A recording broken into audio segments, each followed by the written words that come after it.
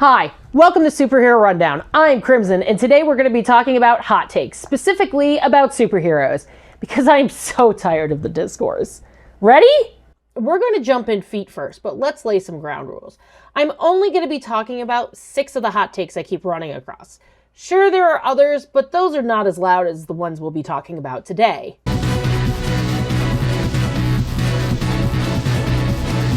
The first thing to address here is how social media has evolved since 2008 when Phase 1 of the MCU started. You had some buzz about it, but social media is much more prolific than it was 16 years ago. Now, every time some actor is on a set, it has the possibility of being leaked and ruining any chance of mystery. And I would appreciate it if y'all stopped sending me rumors from comicbook.com, because that is not a reputable source at all. Neither is WeGotThisCovered.com, so stop being hype about rumors. For example, Jenna Bush tells us how intricate actors' lives are to a franchise, because we aren't just invested in the heroes themselves, but the actors too. At this point, we're not just invested in the story of the superheroes themselves. We're also invested in what goes on behind the scenes. The 9-picture deals that started with the MCU were a huge piece of news when they first happened, and now we hear about them all the time, taking some mystery away. The actors' personal lives and controversial comments and actions absolutely affect people's feelings about a film.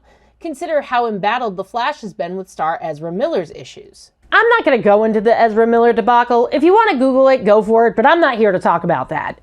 Anyway, I agree with her to a point. We should leave actors alone and leave some of the mystery of it if they're going to come back. Rumors are just that, rumors. If you're going to use social media to report on this, give us something substantial, like a trailer or a poster. Not that fucking Jeremy Renner fucking farted on the Thor set and that's why he's gonna be in Thor 5. I mean, should we know if an actor is problematic? Sure, but we don't need to know how many films they're going to be in or if they signed up for cameos or the like. Jonathan Majors being a recent example. Everyone was responding to the rumors, but Marvel was like, hang on, let's see what happens. Then he was convicted and Marvel was like, okay, he fucked up. Language. So they fired him from being Kang the Conqueror. And sure, they had banked on him to be the big bad for these next phases, but I'm sure they are working on or have contingency plans in place for this sort of thing. What are they? I don't know. I want to be surprised. So don't tell me. I want to see a trailer or a poster, but don't go chasing after every little rumor. It contributes to the overall problem.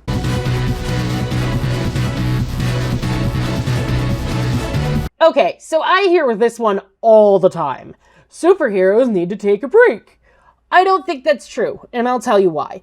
I think they need to slow down, that is for sure. For example, I really liked it when we were in the Infinity Saga of the MCU where things were spaced out and we had to wait for the next installment. It built the hype. I mean, when I first saw the trailer for Winter Soldier, I was speculating for months on what would happen. And to the point of how many projects there are now, Bush goes on to say that we have lives. We're busy. We don't all have the time to watch every superhero film or TV show that comes out the day it comes out. As these multiverse stories continue to expand, every new project seems to be an ad for the next one. In theory, it's fun to build and build on something, but this is not a book series that gives you time in between to process and remember what happened, or the lead up to Endgame, which gave us fewer things to keep in our heads. I've been hearing friends and family and social media acquaintances complaining that if they are going to have to catch up on every single show and film to watch the new one, they're going to bow out. No one has the time for that. Plus, if you have people watching these shows because they have to, you're not doing the job of entertaining. You've given us an assignment, and the grade depends on whether or not we can follow a whole lot of details and retain them for years. I'm not saying stop making these projects, but I'm not as invested when there are so many projects happening. For example, I still have not watched Falcon and the Winter Soldier. I want to, but I don't have the time. I have other things going on. When it was just the movies of Phase 1 and 2, I was there opening day, ready to rock and roll, even staying through the end credits to see what was going to be teased next. It's an issue of oversaturation, not that they need a break. This is not really a criticism of DC Comics, though, because they released maybe 2 or 3 movies a year like Marvel did back in the beginning. 2023, they released 4, but I also think that's because they were cleaning house to make way for the Gunn DC universe. And Gunn has released a slate, but only one project is being released in 2024. So he's already trying to stem the market a bit by letting people take a break from DC. Marvel, on the other hand, got really greedy with the market.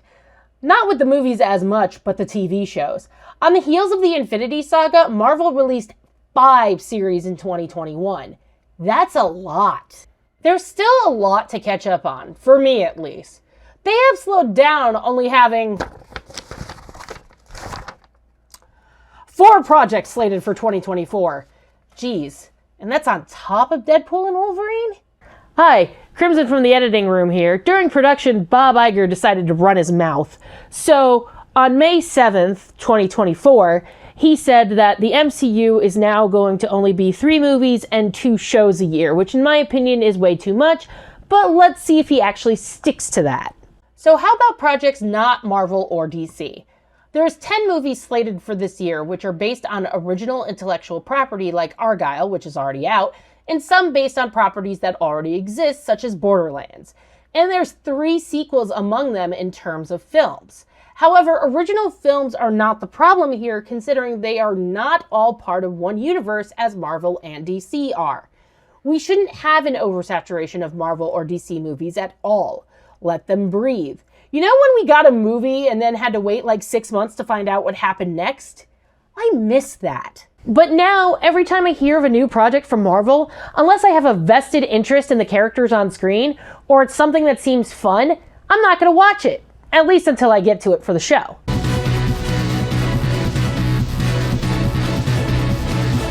Okay, this one is just fucking stupid. Superheroes are the modern mythology of our age. We use their stories as allegories and metaphors for what's happening all around us. Take, for example, Captain America: The Winter Soldier. That whole movie is a cautionary tale of what happens when we have people who want to watch us, specifically Big Brother, who can also be corrupted, as shown by Robert Redford's character Alexander Pierce. Thanos, though I hate him, is a guy who wipes out half the universe because he wants to contain resources. He could have just made more resources, but fuck that, am I right? My point is, we need superheroes. We could get along without them, sure, but they teach us things. They teach our kids things, such as Joker and Harley are toxic. Please look at Ivy and Harley's relationship instead. Winter Soldier is, as I said, about how Big Brother is as corruptible as anyone else, and so on. I can't tell you the amount of times I go around my neighborhood and see kids talking about superheroes. And Superman is getting another reboot, but I mean, at least James Gunn is doing it?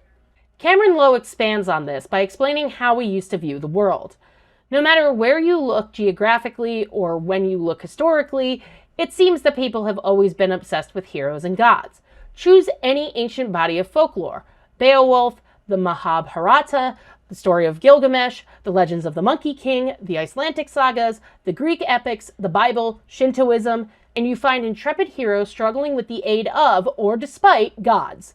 The hero is often on a quest to accomplish something everyone knows to be humanly impossible, and when he shocks everyone by succeeding, he is rewarded with great wealth, status, maybe even a measure of divinity himself. And modern superheroes now translate to that. We see heroes fighting and dying for the greater good, even if they are kind of the problem.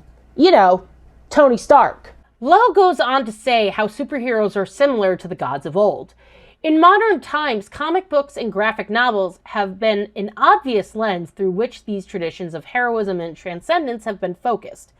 The golden age of comic books in the US, that began around the 1930s, gave us first heroes that operated on their wits, strength, and self-discipline alone, and then heroes with superpowers: Superman, The Flash, Captain America, and a cavalcade more. They are, for all intents and purposes, vigilantes who use their godlike abilities for the good of mankind and against those who don't.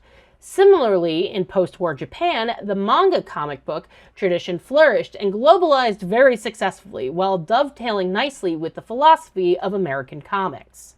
But with superheroes, we don't just get the stories, we also get marketing, and it gets slammed in our face. Unless it's a woman, but we'll get there, don't worry. No, this goes into a deep issue in the industry that every single movie has to be a hit or it is no good. We don't really see mid-sized fare anymore. IndieWire brings this up as it relates to Marvel and DC films. The massive tentpoles are only damaging to film culture because they're not really tentpoles. The idea behind the tentpole approach was that the studios would invest a ton of money in surefire hits so that the profits could cover the costs and potential losses of their mid-size fare. Unfortunately, at some point in the last 15 years or so, the tentpole model began to more closely resemble a closed beach umbrella. The blockbusters propping it up got more expensive, and the smaller movies they might once have afforded us got less made. The critics in the article actually lament that they have to choose what they want to review so they can help get butts in seats. But they also acknowledge that people are going to watch what they want because it grabs their attention, so to speak. Like I said earlier.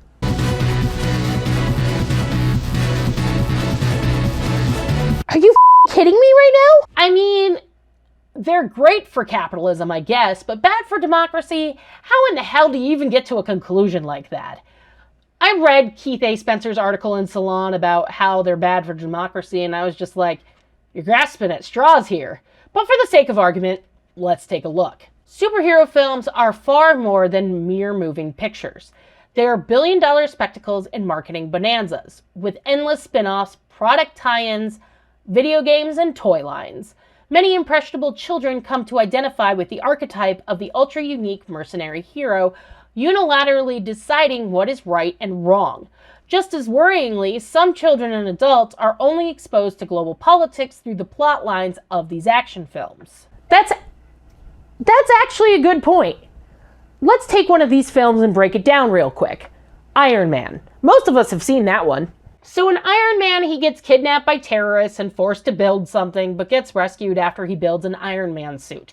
Okay, good so far. But then he goes back to the area, presumably the Middle East, and goes vigilante on their ass. To Spencer's point, that's what some people are exposed to as global politics. Because of this, they may think that we just have people go in and blow shit up. Which is true, but it is a bit more nuanced than Iron Man makes it out to be. Continuing with the Iron Man thread, at the beginning of Iron Man 2, Tony is at a Senate hearing about the Iron Man technology. He tells the government they can't have it. James Mottram explains what this means. Earlier Marvel movies have also questioned state authority. In Iron Man 2, Robert Downey Jr.'s billionaire entrepreneur Tony Stark faces off with the devious Senator Stern regarding the development of his highly sophisticated Iron Man weaponry suit. Rather than hand it over to the government, he refuses. A pointed indication that the state is not to be trusted. That Stern later turns out to be an agent of evil organization Hydra proves his point. The problem here is that Tony was right. Wait, that's not the problem. The problem is the state is not to be trusted. Mottram goes on to say that superhero comics have often reflected socio-political turmoil, with examples like Black Panther taking on social justice, or Green Lantern and Green Arrow's road trip in the 1970s. Then he says that filmmakers have embraced and politicized superhero movies. I hate to break it to him, but as he himself states, if you adapt a socio-political comic, chances are the film you base it on, it's going to be political. But then again, all media is political in some way.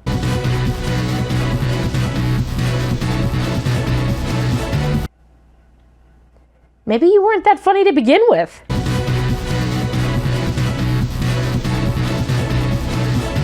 You're also butthurt about this one, aren't you? Look, there have always been female heroes and male heroes together. Wonder Woman is one of the DC Trinity, for crying out loud. Maybe you guys are just white men who don't want to see diversity on screen. Emma Stefanski tries to pinpoint exactly when it started, with 2016's Ghostbusters. This all seems to begin with and revolve around the 2016 reboot sequel of Ghostbusters, with an all-female, mostly Saturday Night Live alumni squad of comedy masterminds that immediately ignited the ire of many male fans who had chosen to make the quality of a movie like Ghostbusters their hill to die on.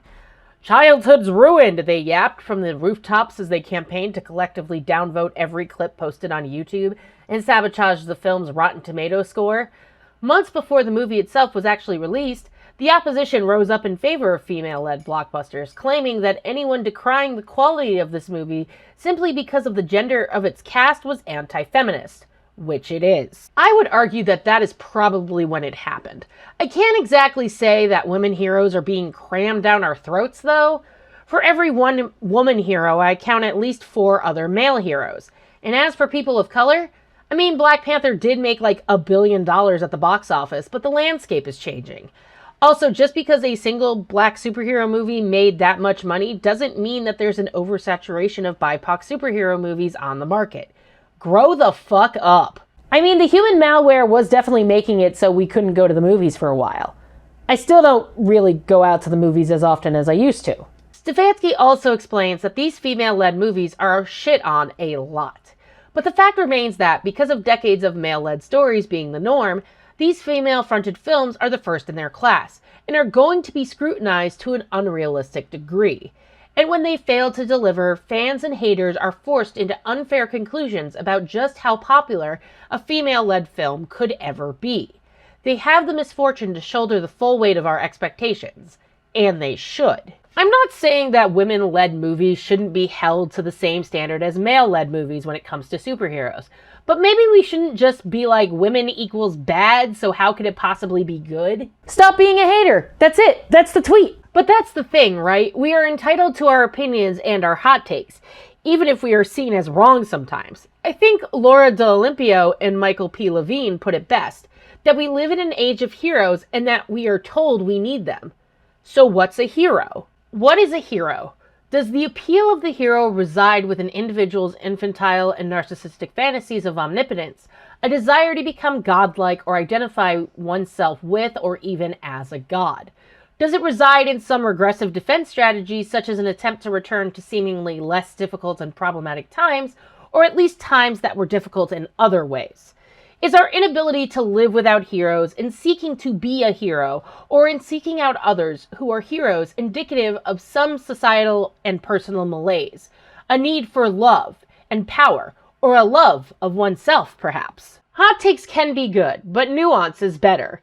Your hot takes could just be pissing into the wind, and while I do have reservations about superhero movies, they look like they're here to stay for the moment. So embrace them or don't. I'm not the boss of you, but I am looking forward to some films that are coming out that have superheroes in them.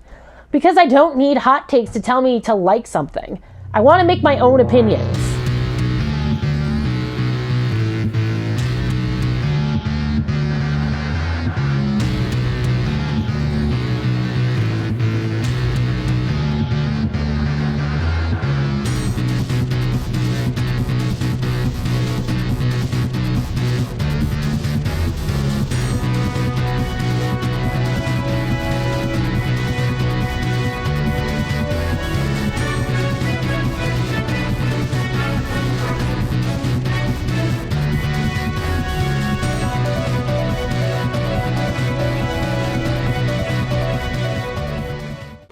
What is a hero?